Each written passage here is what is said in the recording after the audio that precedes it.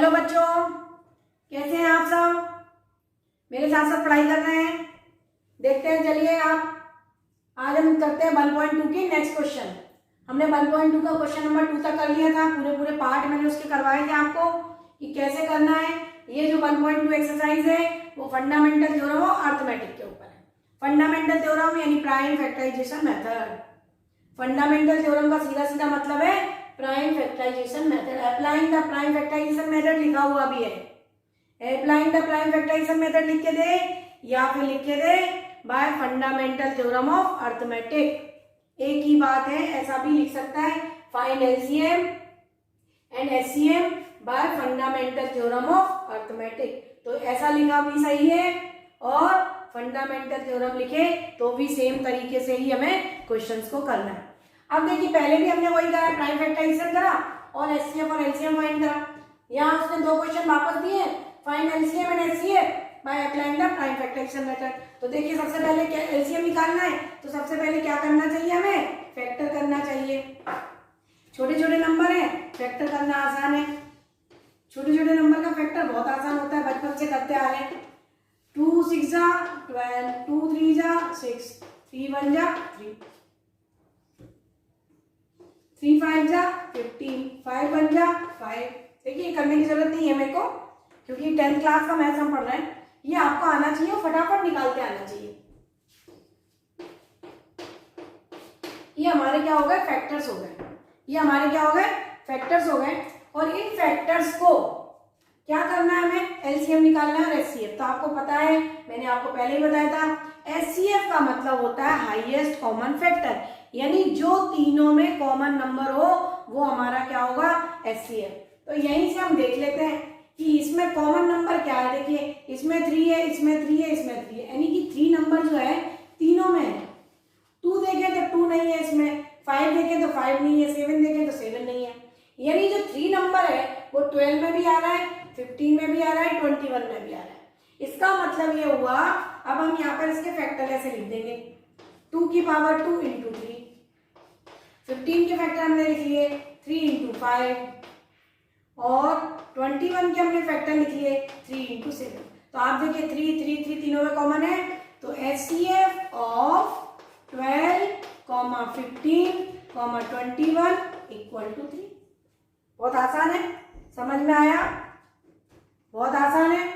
अब हमें क्या निकालना है, एलसीएम। तो मैंने आपको पहले भी बताया कि एलसीएम निकालने के लिए जितने भी नंबर होते हैं उनका क्या करना रहता है, मल्टीपल। लेकिन जो कॉमन नंबर होता है उसको एक ही बार लेना होता है।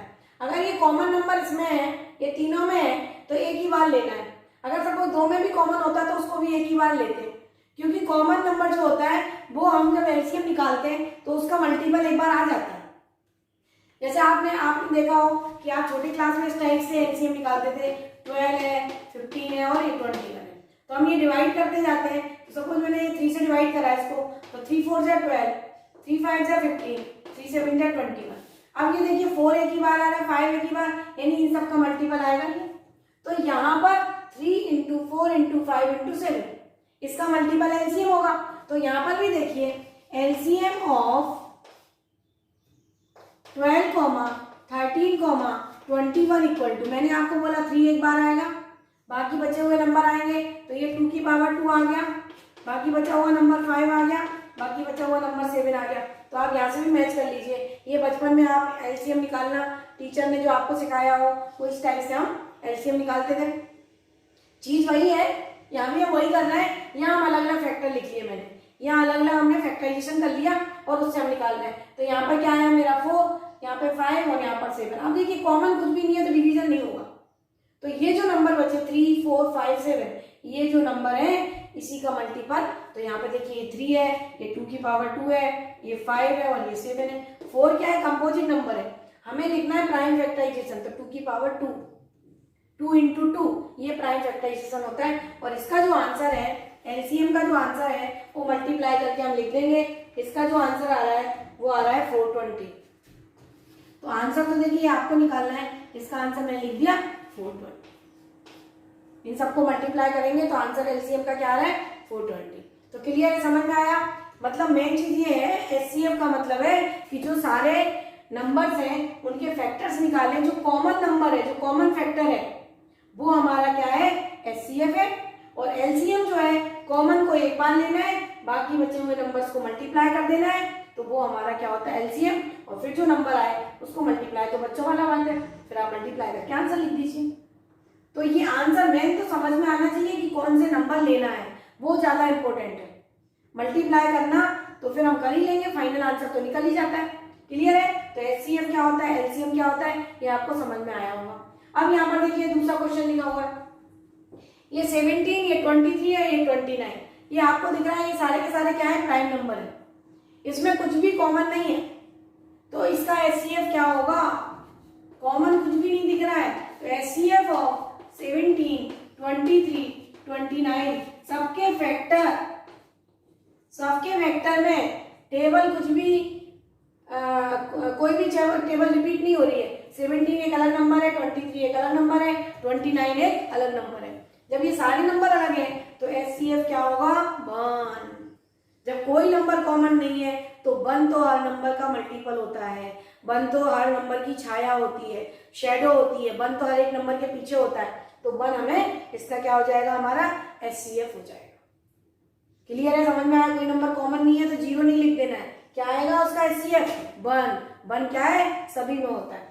एलसीएम निकालना है, तो आपको मैंने बताया एलसीएम मतलब क्या होता है, एलसीएम का मतलब होता है कि कॉमन को एक बार लिखना, कॉमन तो कुछ है ही नहीं, 1 तो सबके साथ है, तो इन तीनों का मल्टीपल जो होगा वो हमारा क्या हो जाएगा, एलसीएम। और इसको मल्टीप्लाई कर लेंगे तो जो भी आंसर आ रहा है वो हम आंसर लिख देंगे। तो इसका मल्टीपल का जो आंसर आ रहा है हमारा आ रहा है 1139, 11339।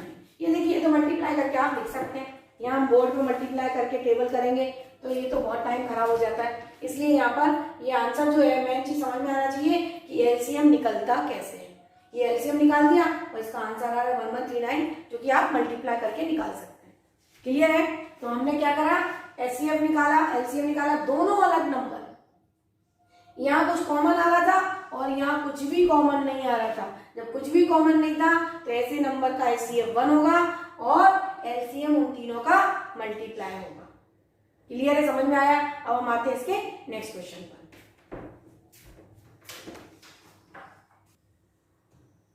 देखिए, अब हम आते हैं नेक्स्ट क्वेश्चन पर। नेक्स्ट क्वेश्चन है हमारा फाइंड द एलसीएम 8, 9, 25। तो पहले तो क्या करना है, फैक्टर निकालना है। 8 के फैक्टर निकाल लीजिए, 9 के फैक्टर निकाल लीजिए, प्राइम फैक्टराइजेशन मेथड है। 25 के फैक्टर निकाल लीजिए, बहुत इजी फैक्टर्स हैं। 2 आएगा और ये 2 आएगा, ये 3 आएगा, ये सबको आता है, ये प्राइम फैक्टराइजेशन है। और यहाँ पर आएगा 5। अब मेन चीज ये है कि एचसीएफ मतलब क्या, तो यहाँ पर हमें लिखना है एचसीएफ हाईएस्ट कॉमन फैक्टर 8, 9, 25। अब यहाँ पर देखिए, कोई चीज कॉमन दिख रही है आपको तीनों में, जो चीज कॉमन दिख रही है वो इसका क्या होगा, एचसीएफ। कुछ कॉमन दिख रहा है, यहाँ पर 2 है, यहाँ पर 3 है, यहाँ पर 5 है, कुछ भी नंबर कॉमन नहीं दिख रहा है, इसका मतलब इसका एचसीएफ क्या होगा, 1। और यहाँ पर हम लिख लेंगे 8 = 2 की पावर 3, 9 = 2 की पावर 2 और 25 = 5 की पावर 2।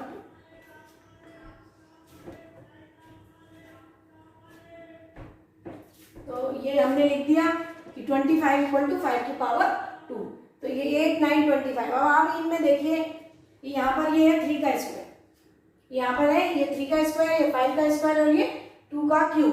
तो 2 का क्यूब, 3 का स्क्वायर, 5 का स्क्वायर। देखिए कोई भी नंबर कॉमन नहीं है। जब कोई भी नंबर कॉमन नहीं है तो एचसीएफ क्या होगा, 1। एचसीएफ क्या होगा, 1। अब एलसीएम देखते हैं हम। एलसीएम क्या होगा हमारा, एलसीएम होता है 8, 9, 25। इसका मल्टीपल 1 तो सभी के साथ है, तो जब कुछ भी कॉमन नहीं है तो एलसीएम जो होगा वो इन तीनों नंबर का क्या होगा, मल्टीपल। तो 8 × 9 × 25, और इसका जब हम मल्टीप्लाई करेंगे तो 1800 आंसर आएगा। क्लियर है, समझ में आया। तो क्या होता है एचसीएफ और क्या होता है एलसीएम। एचसीएफ मतलब जो सारे नंबर में कॉमन फैक्टर है वो क्या होगा, एचसीएफ होगा।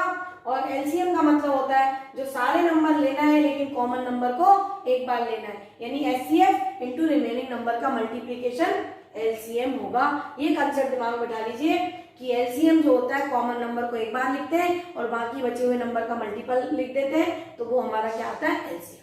यानी रिपीट नंबर इसके अंदर नहीं लिया जाता, रिपीट नंबर को एक ही बार लिया जाता है। एलसीएम में रिपीट नंबर को एक ही बार लिया जाता है। क्लियर है, समझ में आया। तो ये हो गया एचसीएफ और ये हो गया एलसीएम। अब हम आते हैं नेक्स्ट क्वेश्चन पर।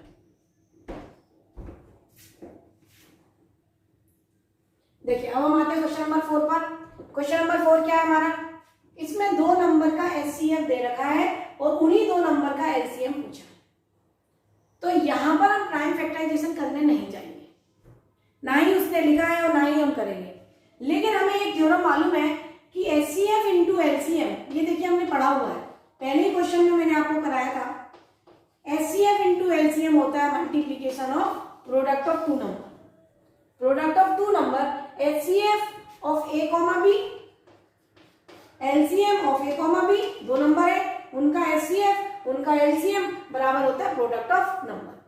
तो ये एचसीएफ हमको दे रखा है, यानी हमारे पास जो नंबर है वो क्या है 306 और 657, उनका एचसीएफ कितना है 9। तो ये जो नंबर है तो यहाँ पर हम इसका एचसीएफ लिख देंगे, इक्वेशन में वैल्यू रख देंगे, और एलसीएम मुझे चाहिए वो सेम नंबर का, एलसीएम अपनी जगह रहा, और ए इंटू बी यानी 306 इंटू 657। देखिए डायरेक्ट हमने जो हमारी प्रॉपर्टी होती है HCF into LCM equal to क्या होता है, product of given number. HCF of number into LCM of number equal to product of number. तो ये देखिए हमने लिख दिया कि जो ए, अगर ए और बी 2 नंबर है उनका एचसीएफ, ए और बी 2 नंबर है उनका एलसीएम बराबर उन नंबर के प्रोडक्ट के बराबर होता है। तो यहाँ पर एचसीएफ दे रखा है, एलसीएम फाइंड करना है, नंबर दे रखे अपनी जगह लिख दिया। तो डायरेक्टली यहाँ से क्या आ जाएगा, हमारा एलसीएम आ जाएगा।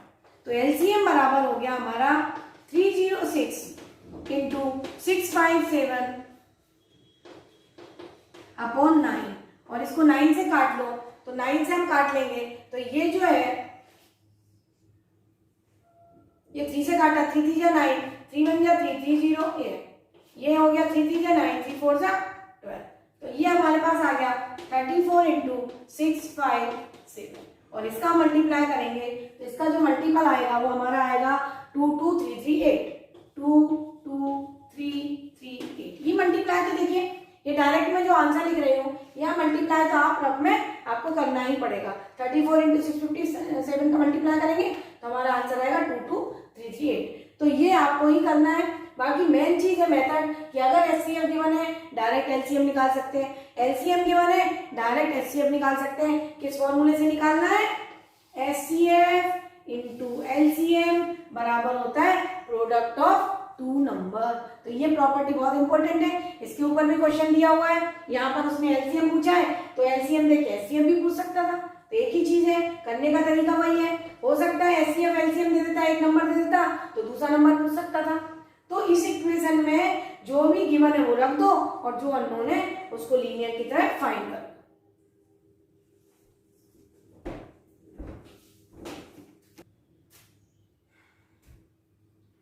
देखिए हमने क्वेश्चन नंबर 4 कंप्लीट कर लिया था, एलसीएम के ऊपर क्वेश्चन था। अब हमारा आ रहा है क्वेश्चन नंबर 5, और क्वेश्चन नंबर जो 5 है वो प्रूफ है।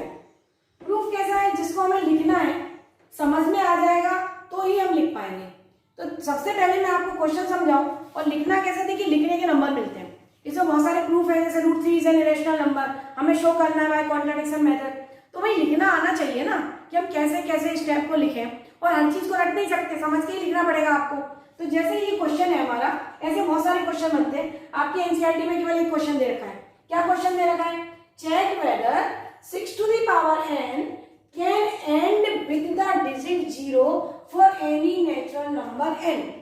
6 to the power n एक नंबर है। देखिए मैं यहाँ पर आप इसको एक्सप्लेन करूं, 6 to the power n कोई नंबर है तो n की जगह क्या रखना है हमें, नेचुरल नंबर, यानी 6 की जगह 6 की पावर n यानी 6 की पावर 1, 6 की पावर 2, 6 की पावर 3। तो देखिए 6 की पावर हम कोई भी नंबर रखेंगे तो 6 इंटू 6, भाई 6 की पावर हमने नेचुरल नंबर 1 रखा तो 6 आया, 6 की पावर 2 रखा तो 6 इंटू 6 आया, 6 की पावर 3 रखा तो 6 इंटू 6 इंटू 6 आया, 6 की पावर 4 रखा तो 4 बार 6 आ गया। यानी n की जगह कोई भी वैल्यू रखे तो मल्टीपल तो वो 6 का ही आएगा। ये बात आपको अच्छे समझ में आई। जब मल्टीपल वो 6 का आएगा तो 6 के आप फैक्टर देखिए कि 6 में 2 और 3 के अलावा कुछ भी नहीं आएगा। 6 हमेशा दो प्राइम नंबर का मल्टीपल है 2 और 3 का। तो 6 के अंदर आप 6 को 10 बार लिख दें, आप 6 को 15 बार लिख दें, आप 6 को 3 बार लिख दें, आप 6 को 2 बार लिख दें, हमेशा उसके अंदर जो नंबर आएंगे वो 2 इंटू 2 और 3 इंटू 3 के फॉर्म में ही आएंगे। यानी दो ही नंबर का मल्टीपल चलेगा, आप कोई भी n की वैल्यू रख दें। ये बात आपको अच्छे से समझ में आई कि आप अगर n 6 को अगर 2 बार मल्टीपल करें 6 की पावर 2 तो ये 2 इंटू 2 होगा और ये 3 इंटू 3 होगा। ये 6 की पावर 2 का मतलब ये हुआ। यानी 6 को आप 6 की कितनी भी पावर रख दें हमेशा उसके फैक्टर 2 और 3 ही आएंगे, प्राइम फैक्टर उसके 2 और 3 ही होंगे। ये बात आप अच्छे समझ लीजिए। और जब अगर 2 और 3 का मल्टीपल होगा तो उसने बोला एंड विद डिजिट 0। क्या can end with digit 0 for any natural number n? क्या हम कोई भी ऐसा नेचुरल नंबर लें जिससे उसकी 6 की पावर n का मल्टीपल करें तो एंड में डिजिट कैसी आए? 0 आए। एंड में डिजिट का मतलब है कि मैंने बोला 20, मैंने बोला 30, ऐसा कोई नंबर आए, ऐसा कोई नंबर आए एंड विद डिजिट 0। 6 की पावर n को हम कुछ ऐसा नंबर लें n का जिससे हमारा एंड एंड में क्या है? 0 आए। एंड में 0 कब आएगा? जब 5 का मल्टीपल होगा 2 के साथ, 5 2 जा 10। 5 और 2 का जब मल्टीपल होता है तो ही एंड में 0 आता है। ये कंपलसरी चीज है, ये आप समझ लीजिए। जब 2 और 5 का मल्टीपल होगा, जब 2 और 5 का मल्टीपल होगा तो ही 10 आएगा। अच्छे से देखिए इस चीज को, 2 और 5 का मल्टीपल होगा तो ही 10 आएगा। भले इसके साथ कोई भी और नंबर हो सकते हैं, 10 के साथ कोई भी नंबर हो। जैसे मेरे को 30 लिखना है तो 3 इंटू 2 इंटू 5 होगा। मुझे 50 लिखना है तो 5 इंटू 2 इंटू 5 होगा। तो आप जब भी आपको 10 चाहिए, 0 चाहिए एंड में, यानी वंश पर अगर आपको 0 चाहिए तो मल्टीपल 2 और 5 का होना कंपलसरी है। ये बात आपको बेसिक है, ये समझ में आनी चाहिए कि अगर एंड में 0 आए, एंड विद डिजिट 0, उसकी जो है एंड की डिजिट 0 आ जाए, ऐसा हमें चेक करना है, ऐसा हमें बताना है कि ऐसा पॉसिबल है। ऐसा हमें ऐसा चेक करिए कि कोई n की वैल्यू है जिसके लिए 6 टू दी पावर n जो नंबर है वो 0 के साथ हो सकता है क्या, ये हमें बताना है, ये हमें चेक करना है। तो पहली चीज कि 6 के फैक्टर 2 और 3 होते हैं। दूसरी चीज, अगर हमें 0 लाना है तो मल्टीपल हमेशा 2 और 5 होना चाहिए। ये अच्छे से समझ में आया कि अगर 6 नंबर है तो 6 के फैक्टर 2 और 3 होंगे। फंडामेंटल थ्योरम ऑफ अरिथमेटिक क्या बोलती है कि every composite number factorise in prime numbers, unique prime numbers, unique prime factors, unique prime factors में ही हमेशा वो एक्सप्रेस होता है या फैक्टराइज होता है। तो 6 के फैक्टर्स हमेशा 2 और 3 ही होंगे। और अगर मुझे एंड में 0 चाहिए तो मेरे पास कंपलसरी होना चाहिए कि वो नंबर 2 और 5 का मल्टीपल हो, तो ही एंड में 0 आएगा। अब हम आते हैं क्वेश्चन पर। तो ऐसा करने के लिए हम लिखेंगे कैसे? देखिए सबसे पहले तो ये आपको समझ में आ गया हो तो मैं इसको हटा देती हूँ कि क्वेश्चन को करना कैसे। पहले तो आपको क्वेश्चन समझ में आ गया कि क्या बोल रहा है वो बोल रहा है कि ऐसा हो सकता है क्या कि 6 की पावर n में n कोई नंबर रख दें तो वो 0 के फॉर्म में बन जाए, उसकी एंड में 0 नंबर आ जाए। ऐसा वो बोल रहा है कि check whether 6 to the power n can end with the digit 0 for any natural number n। n की कोई वैल्यू ऐसी है क्या, ये चेक करो कि जिससे एंड पर यानी वंश पर क्या आ जाए, हमारा 0 आ जाए। तो देखिए अगर पॉसिबल है तो कब पॉसिबल, कॉन्ट्रडिक्शन से करना है हमको। अगर पॉसिबल है तो इसका मतलब ये है कि 6 की पावर n के फैक्टर में क्या होना चाहिए, 10 क्यूब। कोई भी नंबर चलेगा पर 10 तो होना चाहिए। तो हमने लिखा लेट इफ पॉसिबल, अगर ऐसा पॉसिबल है, ये हम मान रहे हैं। हमने मान लिया कि इफ पॉसिबल 6 की power n ends with the digit 0। हमने बोला ऐसा पॉसिबल है कि 6 की पावर n पर डिजिट 0 आ सकती है। कब आएगी?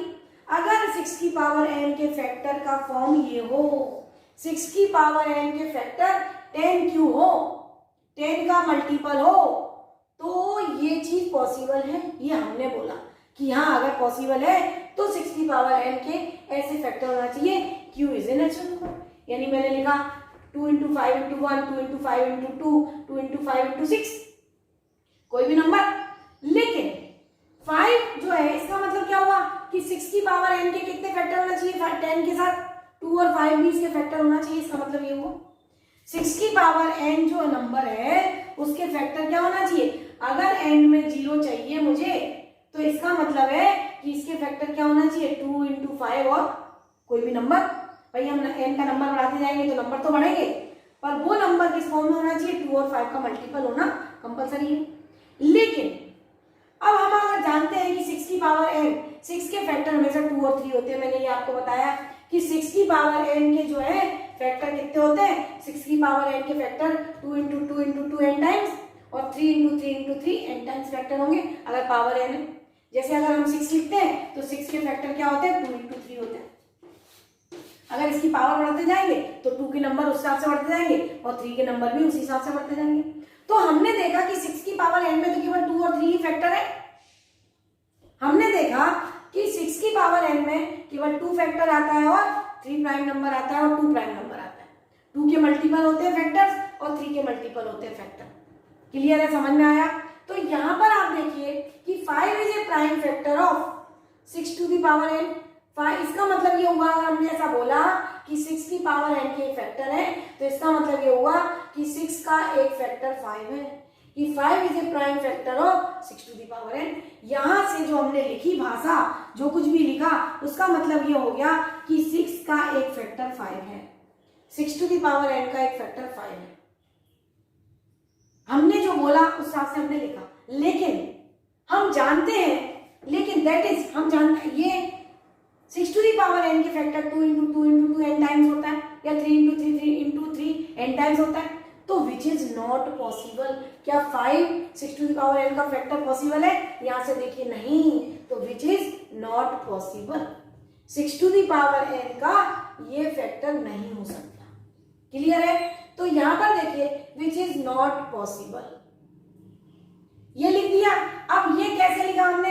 तो because 6 to the power n है only 2 and 3 prime factor. 6 to the power n जो है केवल 2 ही फैक्टर रखता है, 2 और 3। ये हमने यहां पर भी बता दिया ये चीज।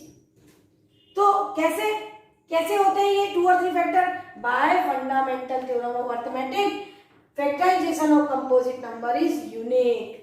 2 और 3 ही होंगे, इसके अलावा कुछ नहीं होंगे। फंडामेंटल थ्योरम से हम पढ़ते हैं कि कोई भी कंपोजिट नंबर है उसके फैक्टर्स हमेशा कैसे होते हैं? यूनिक होते हैं। तो 2 और 3 के अलावा इसके फैक्टर नहीं आएंगे। लेकिन हमने तो यहाँ लिखा 5 is a prime factor of 6 है, तो विच इज नॉट पॉसिबल। इसका मतलब ये हुआ कि जो हमने लिखा था इफ पॉसिबल, तो इसका मतलब हुआ हमने जो बोला था वो गलत हो गया। तो आर सपोजिशन इज रॉन्ग। तो जो हमने बोला था वो हमारी सपोजिशन कैसी हो गई? वो हमारा सोचना कैसा हो गया? गलत हो गया। तो so no value of n belongs to n, 6 to the power n can end with digit 0। तो ये हमारा लिखने का तरीका है कि इस क्वेश्चन को हमें कैसे लिखना है। तो जैसे जैसे मैंने लिखा है यहाँ पर, वैसे वैसे आप सीखोगे तो ये क्वेश्चन की 2 बार आप प्रैक्टिस कर लोगे तो आपको लिखना आ जाएगा कि कैसे लिखना है। सबसे पहले जो बोला है उसमें हम लेट करके पॉसिबल बना के उसको लिखेंगे, फिर हम बोलेंगे कि ऐसा पॉसिबल नहीं है, ये कॉन्ट्राडिक्शन हो गया, our supposition is wrong, so no value of n belongs to n, 6 to the power n can end with the digit 0। जो क्वेश्चन में लिखा हुआ है लास्ट में ले जाके वही चीज रिपीट कर देंगे। और ये लिखना बहुत कंपलसरी है, फंडामेंटल थ्योरम ऑफ अरिथमेटिक। इसके नंबर है by fundamental theorem of arithmetic, factorisation of composite number is unique. Factorisation of composite number is unique, इसी के ऊपर ये क्वेश्चन है। तो ये बहुत इंपॉर्टेंट लाइन है। इसी लाइन का क्योंकि हम फंडामेंटल थ्योरम की एक्सरसाइज है 1.2 और वो ये चाहता है कि फंडामेंटल थ्योरम अर्थमेटिक आपको अच्छे से क्लियर हुई या नहीं, इसलिए उसने इस टाइप का क्वेश्चन दिया। अब देखिए इसमें 6 टू द पावर n है, इसकी जगह 2 टू द पावर n कर सकता है वो, 4 टू द पावर n कर सकता है वो, 7 टू द पावर n कर सकता है। लिखने का तरीका सेम का सेम आएगा। अगर एंड विथ डिजिट 0 बोल रहा है तो 10 का मल्टीपल चाहिए, जो कि इसके फैक्टर में नहीं आता है, इसलिए लिखना पॉसिबल नहीं है। पर बच्चे को समझ में आने के बाद भी स्टेप बना नहीं पाते हैं, लिख नहीं पाते हैं। तो ये जो मैंने व्यवस्थित स्टेप लिखी है, इसको आप प्रैक्टिस कर लेंगे तो ये आपको लिखना आएगा। बहुत बार ये क्वेश्चन जो है 3 नंबर में आ जाता है और बच्चों को समझ नहीं आता है कि उस क्वेश्चन का हम सॉल्यूशन क्या लिखें। तो मेन चीज है कि जो हम बोल रहे हैं पहले हम उसको वो लिख दें, फिर हम बोल दें कि इट इज नॉट पॉसिबल। क्यों? क्योंकि फंडामेंटल थ्योरम ऑफ अरिथमेटिक बोलती है कि factorisation of composite number is unique. ये लाइन लिखना कंपलसरी है और उसके बाद आप जो भी लिखोगे वो सब सही हो जाएगा। ठीक है, तो अब हम आते हैं इसके बाद क्वेश्चन नंबर 6 पर। अब मैं समझती हूँ ये आपको अच्छे समझ में आया होगा कैसे लिखना है। आप मेरे साथ साथ प्रैक्टिस कर लेंगे तो ये आपको अच्छे से आ जाएगा। इसमें बस अगर वो बदलेगा तो यहाँ पे 6 की पावर n की जगह 4 टू दी पावर n लिख सकता है। सेम का सेम करेंगे, 4 टू दी पावर n कर देंगे। बस फैक्टराइजेशन में 4 टू दी पावर n है तो वो फैक्टराइजेशन जब लिखेंगे तो ध्यान रखना है कि 4 टू दी पावर n का मल्टीपल 2 इंटू 2 इंटू 2 ऐसा है कि 2 की पावर 2n है तो 2n टाइम्स 2 आएगा फैक्टर्स, तो वो हमें लिखना है। 7 की पावर n लिखा तो 7 के फैक्टर्स क्या होंगे, 7 इंटू 7 इंटू 7 इंटू 7। बस वहां वो ध्यान रखना है, बाकी सारी चीज सेम तरीके से लिखना है। 2 की पावर n लिख दिया अगर उसमें तो 2 की पावर n का मतलब 2 इंटू 2 इंटू 2 n टाइम्स, तो बाकी सब सेम लिखना है। ऐसा का ऐसा क्वेश्चन का आंसर लिखना है। यहाँ पर अगर वो नंबर बदलता है तो उस नंबर के हिसाब से फैक्टर लिख देना है। क्लियर है? तो अब हम आते हैं नेक्स्ट क्वेश्चन, क्वेश्चन नंबर 6 पर। देखिए अब हम आते हैं क्वेश्चन नंबर 6 पर। क्वेश्चन नंबर 6 देखिए मैंने लिखा हुआ है, ये भी क्वेश्चन जो है फंडामेंटल थ्योरम ऑफ अरिथमेटिक उसके ऊपर है। और यहाँ पर देखिए explain why 7 into 11 into 13 plus 13 ऐसा दे रखा है। और इसमें हमें दे रखा है 7 into 6 into 5 into 4 into 3 into 2 plus into 1 plus 5। ऐसे दो नंबर दे रखे आर कंपोजिट नंबर। एक्सप्लेन कि ये जो नंबर है वो कैसे नंबर है, कंपोजिट नंबर है, ये हमें शो करना है। तो सबसे पहले तो समझ में आना चाहिए कंपोजिट नंबर क्या। मैंने आपको बताया कि फंडामेंटल थ्योरम क्या बोलती है कि composite number can be expressed as a product of prime. Prime number के फैक्टर्स के फॉर्म में हम कंपोजिट नंबर को लिख सकते हैं। प्राइम नंबर के फैक्टर्स के फॉर्म में हम लिख सकते हैं, यानी कंपोजिट नंबर जो होते हैं जिसके मोर देन 2 फैक्टर्स होते हैं। प्राइम नंबर मतलब number and itself, one and itself वो नंबर का जो फैक्टर होता है वो प्राइम नंबर होते हैं। देखिए जैसे प्राइम नंबर है 2 तो इसके फैक्टर होते हैं 2 इंटू 1। लेकिन अगर मैं 4 की बात करूं तो 4 के फैक्टर होते हैं 2 इंटू 2 इंटू 1, तो मोर देन 2 फैक्टर्स हो गए इसके। More than 2 factor composite number 6 2 into 3 into 1 10 2 into 5 into 1। तो ये नंबर कैसे नंबर है, composite number, more than 2 factors. और प्राइम नंबर वो नंबर होता है जिसके केवल 2 ही फैक्टर होते हैं, one and itself. Prime number वो नंबर होता है जिसके फैक्टर वन एंड इटसेल्फ। तो यहाँ कंपोजिट नंबर समझ में आना चाहिए कि ये कंपोजिट नंबर है तो हमें क्या बताना है। इसका मतलब ये है कि अगर हम ये शो कर दें कि इसके मोर देन 2 फैक्टर है तो इसका मतलब ये कंपोजिट नंबर है। उसने बोला है explain why it is a composite. इसका मतलब ये है कि अगर हम ये बता दें कि ये जो नंबर लिखे हुए हैं उसके फैक्टर जो है मोर देन 2 है तो इसका मतलब ये कैसे नंबर है, कंपोजिट नंबर है। तो पहला वाला देखिए पार्ट 7 इंटू 11 इंटू 13 प्लस 13 लिखा हुआ है। आप यहाँ पर देखिए ये जो नंबर है इसमें यहाँ भी 13 है और यहाँ भी 13 है, दो जगह 13 लिखा हुआ है, दो जगह 13 लिखा हुआ है, बीच में प्लस लगा हुआ है, हम कॉमन निकाल सकते हैं। बीच में प्लस लगा हुआ है हम कॉमन निकाल सकते हैं। तो यहाँ पर क्या करेंगे, हम कॉमन निकाल लेंगे। ये मैंने कॉमन निकाल लिया 13, तो मेरे पास अंदर नंबर बच गया 7 इंटू 11 प्लस 1। तो ये नंबर हो गया 13 इंटू ये 77 है 178। अब देखिए ये 13 और 78 है, दो नंबर तो यही हो गए। और 78 को देखिए ये इवन नंबर है, अगर हम इसको तोड़ेंगे तो इसके और फैक्टर्स आएंगे और प्राइम फैक्टर्स में कन्वर्ट हो जाएगा। और प्राइम फैक्टर्स में कन्वर्ट हो जाएगा। तो इसको हम ऐसे भी लिख सकते ही हैं, वैसे भी मोर देन 2 तो दिख ही रहा है, मोर देन 2 तो दिख ही रहा है। और अगर चाहो तो और इसके फैक्टर्स कर सकते हैं कि 78 के हमने फैक्टर करे तो इसके जो फैक्टर होगा देखिए यहाँ पर 13 हो गया, 2 हो गया, 3 हो गया, 13 हो गया, मोर देन 2 फैक्टर्स हो गए। नहीं भी निकाले, ये नंबर में कन्वर्ट ना भी करें तो भी यहाँ देखिए कि 13 है, 78 है, इवन नंबर है, दिख रहा है कि इसके फैक्टर्स बनेंगे, प्राइम फैक्टर्स में कन्वर्ट होगा। तो ये मोर देन 2 फैक्टर्स है इसके, इसका मतलब क्या है, ये कंपोजिट नंबर है, मोर देन 2 फैक्टर्स नंबर है,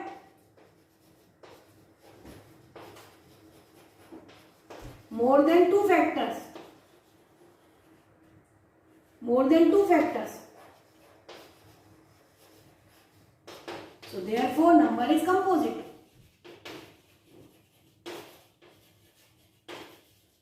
So number is composite number. Clear है कि उसने बोला था एक्सप्लेन कि ये नंबर जो है कंपोजिट है। क्यों है नंबर कंपोजिट, यानी प्राइम फैक्टराइजेशन मेथड ही वो वापस से बोल रहा है कि हम कैसे इसको शो करें। कंपोजिट नंबर की सीधी सी डेफिनेशन होती है, जिस नंबर के मोर देन 2 फैक्टर्स होते हैं वो कंपोजिट। तो हमने यहाँ पे बता दिया कि इसके मोर देन 2 फैक्टर्स है, नंबर है more than 2 factors, so therefore number is composite number. Clear है, तो बहुत इजी क्वेश्चन था और ये बहुत आसानी से हो गया। अब हम इसी का सेकेंड पार्ट करते हैं। देखिए यहाँ पर दोनों नंबर में क्या दिख रहा है, कॉमन 5 कॉमन दिख रहा है। हमने यहाँ से क्या निकाल लिया, 5 कॉमन निकाल लिया। 5 कॉमन निकालेंगे तो अंदर क्या बचेगा, 7 × 6 × 4 × 3 × 2 और ये +1। जब 5 बाहर चला जाएगा तो यहाँ पे क्या बचेगा, 1 बचेगा। अब इन सबको मल्टीप्लाई कर लेंगे, तो मल्टीप्लाई करेंगे तो यहाँ पर देखिए ये जो मल्टीप्लाई करेंगे इसका मल्टीप्लाई क्या आएगा, 42, 4 3 = 12, 12 2 = 24, 42 × 24 और ये +1। तो यहाँ पर कुछ नंबर आएगा, तो वो नंबर जो आ रहा है वो आएगा 1009। यहाँ पर आएगा 1008, 4 2 = 8 और 1 प्लस हो जाएगा तो ये 9। अब आप ये देखिए ये दो नंबर है, इसके साथ ये 1, तो ये जो नंबर है more than 2 factors, more than 2 factors. तो जब मोर देन 2 फैक्टर्स है, मोर देन 2 फैक्टर होगा ये, मोर देन जब 2 फैक्टर है इसका मतलब नंबर कैसा है, कंपोजिट नंबर है more than 2 factors, so therefore number is composite.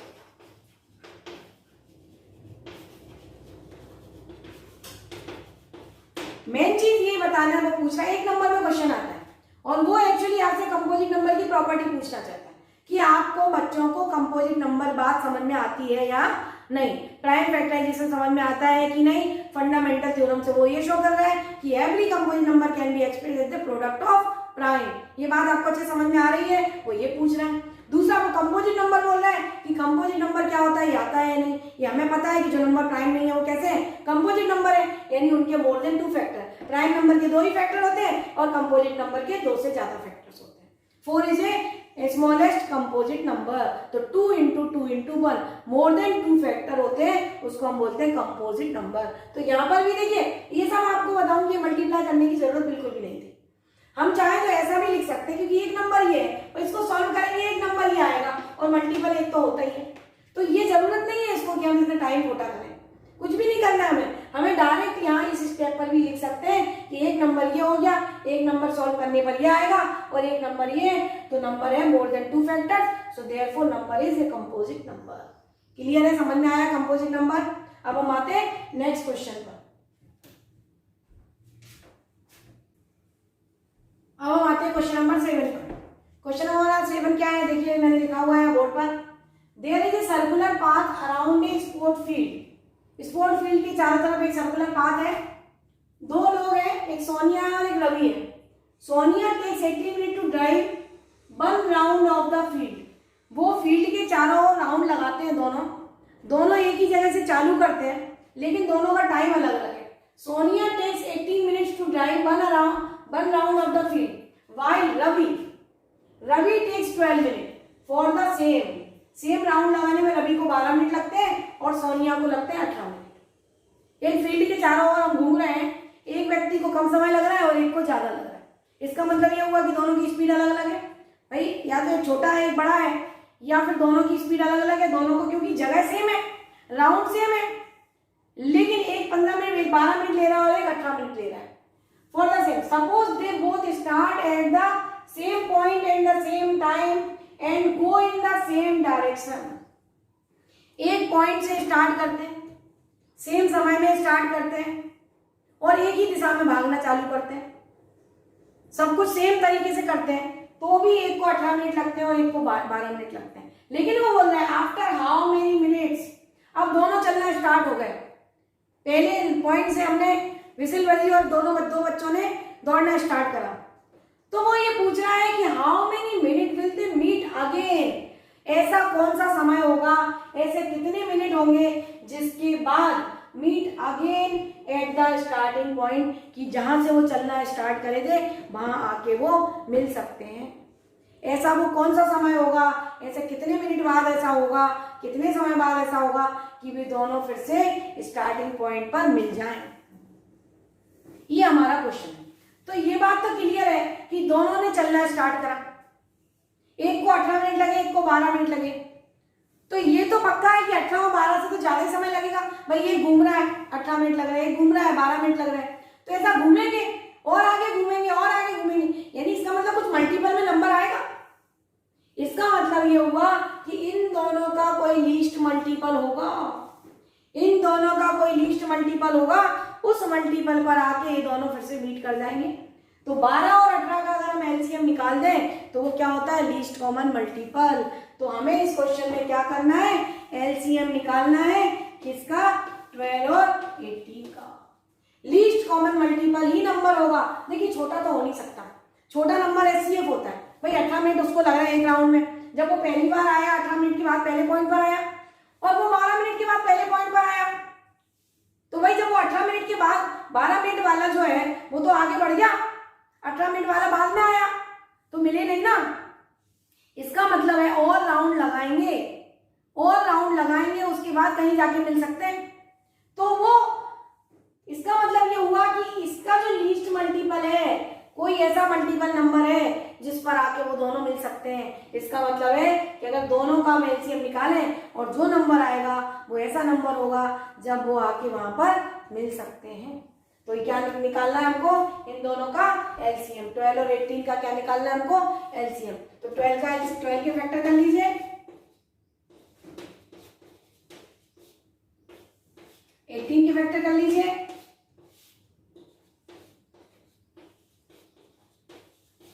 मैंने आपको बताया था कॉमन नंबर को एक बार लेते हैं एलसीएम में, कॉमन नंबर है इसको एक बार लेंगे, 3 नंबर भी कॉमन है इसको एक बार लेंगे और बाकी बचे हुए नंबर लेंगे।